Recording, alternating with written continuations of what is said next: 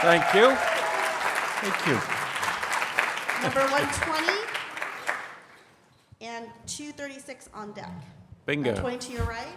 Hi, Chris. Congratulations. It's Alison Boshoff from the Daily Mail here. We were at school together. Oh, really? No stories, please. No, we'd never tell her. What happened in Mr. Turnbull's history class stays between us. Congratulations. What are your plans for Do you tonight? mean Trotsky Turnbull of the Trotsky, history department? Yeah, with a moustache. Yeah. Wow, that's not what I was expecting to talk about in this moment. But yeah, sorry, Tell carry me about on. your celebrations. What are your plans? My plans to hit the governor's ball and meet up with my kids again and have a little celebration with the family. And yeah, really looking forward to it. So thank you. Number 236 with 319 on deck.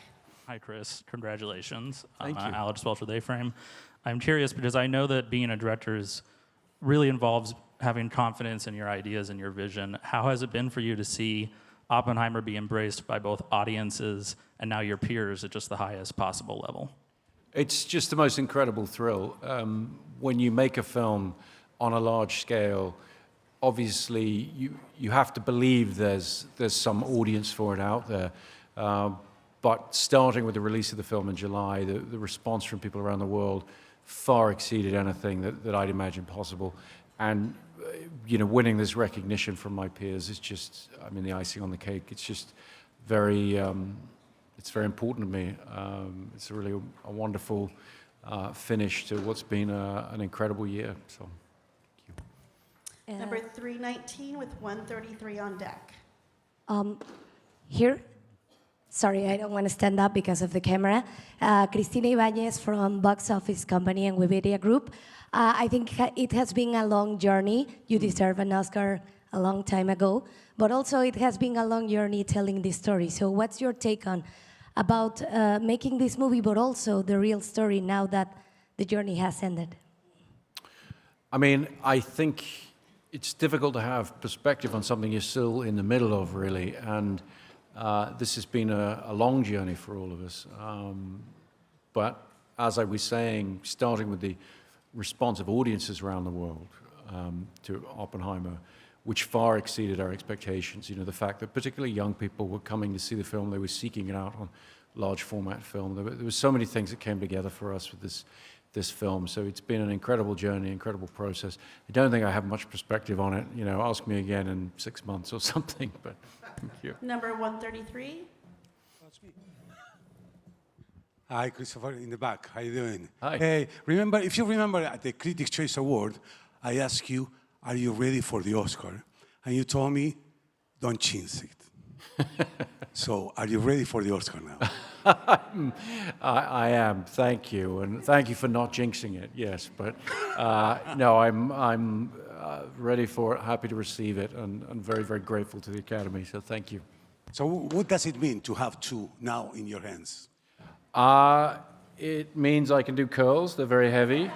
It's such a thrill. To be recognized as a director by my peers, the nomination itself from the directing branch of the Academy, that's very, very special to me, as was winning the Directors Guild Awards. For the film to win Best Picture is just a testament to so many different people who were involved in the film, our incredible cast and our incredible crew. So that's really an unbelievable thrill. And final question is virtual. If you could please look into the camera. It's from, Film Critique. Nancy, go ahead. Hi, my name is Nancy Green with Film Critique. And congratulations on your win. And one thing I would like to know, with there being so much history in this story, how did you decide what to keep in, what to leave out, and what were some of the things that you had to leave out that you really struggled with? Well, I think, as with any story, wherever it's coming from, you have to go through a process of looking at all the detail of what the story could be, and then trying to settle on something that's practical to tell. So really, I try to be guided by my initial emotional reaction to reading Kai Bird and Martin Sherman's American Prometheus. That was the guide for what to leave in. And I wouldn't point to one particular issue in that struggle. There were facets to all the characters, that could have been fleshed out. There are so many people in this film, so many characters in this film who could have had a film, who can have an entire film made about their lives. So it was a constant struggle, but a very, very interesting one. So thank you. Thank you. Thank you. Then please welcome Best Picture winners, producers Oppenheimer, Emma Thomas, Charles Roven, and Christopher Nolan. First question, number 335, with 334 on deck.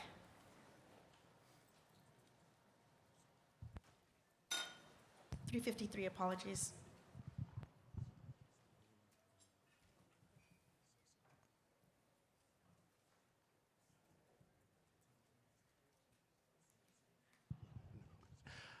I just wanted to, it was a question for you. How important is it to support women in the industry? I know one of your editing winners said that it was incredible to be with such badass women on this film. Is that for me? I don't know. Clearly. I think everybody should be supporting women in the industry. I'm just saying. We had the most incredible group of women working on this film, and I think that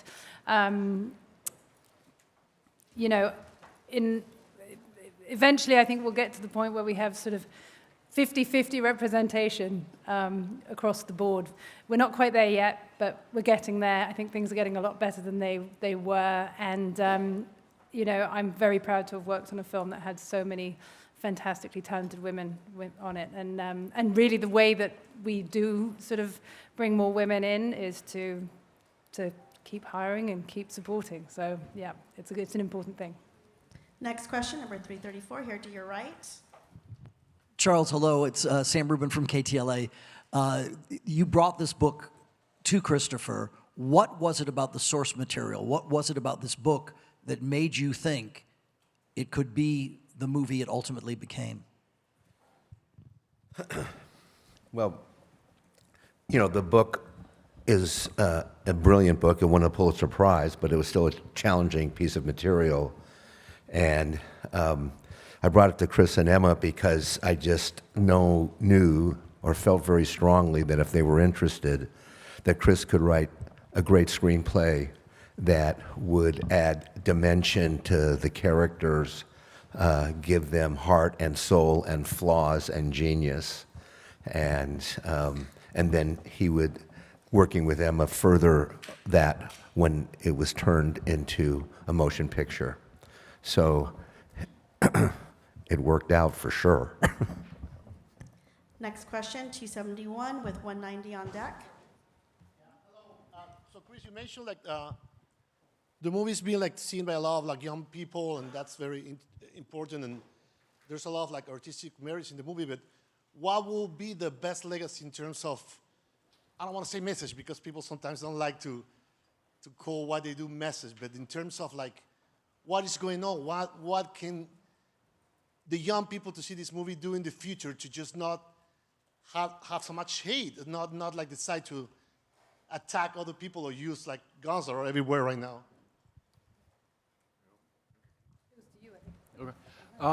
Yeah, I mean, I don't like to speak too specifically about messages of films I make because I feel that if cinema is didactic, it tends not to work dramatically so well. But having finished the film and having seen audiences respond to it, I mean, it was very striking to me when I first embarked on the project. I told one of my teenage sons what I was working on, and he actually said to me, well, young people aren't that concerned about nuclear weapons. It's not really in the forefront of their fears. And that did seem to me to be something that this film could, to some extent, help in success, and with a lot of people seeing it. And as far as any kind of broader message, the thing that I would like to point out is the film ends on what I consider a dramatically necessary moment of despair. But in reality, I don't think despair is the answer to the nuclear question. If you look at the work on non-proliferation that's been done by individuals and organizations since 1945, there's been a reduction in the number of nuclear weapons on the planet since 1967 of almost 90%. In the last few years, it's gone the wrong way, and it's very important that rather than despair, in reality, people are looking at advocacy. They're supporting organizations who are working to pressure politicians and leaders to reduce the number of nuclear weapons on our planet and make the world safer. Final question is going to be virtual. Please, if you could please look into the camera. From Timon Magazine, Nathan, go ahead. Hi, Nathan from Timon Magazine. Congratulations, you all deserve this award so much. This could be for one or for all of you, but could you name the most memorable moment in making the film?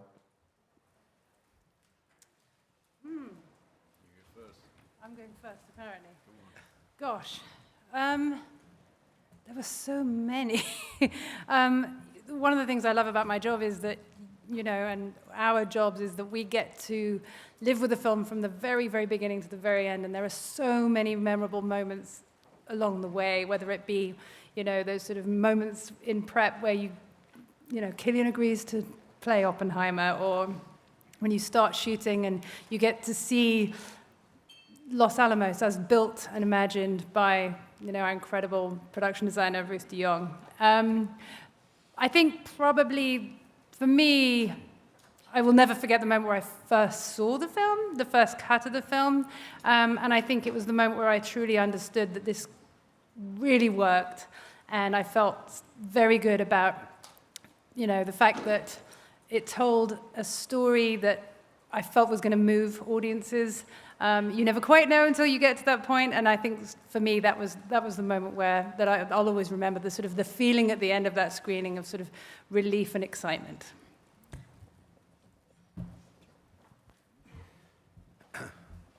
There was a couple of moments in particular for me.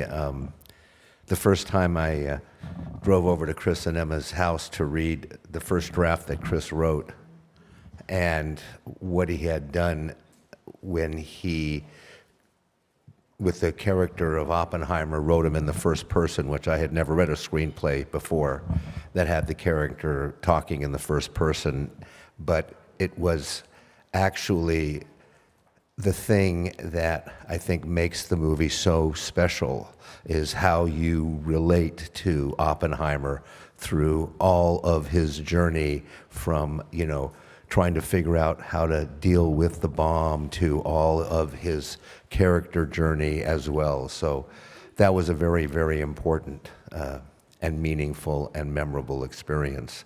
The second was, you know, seeing the first cut of the movie. It was really profound.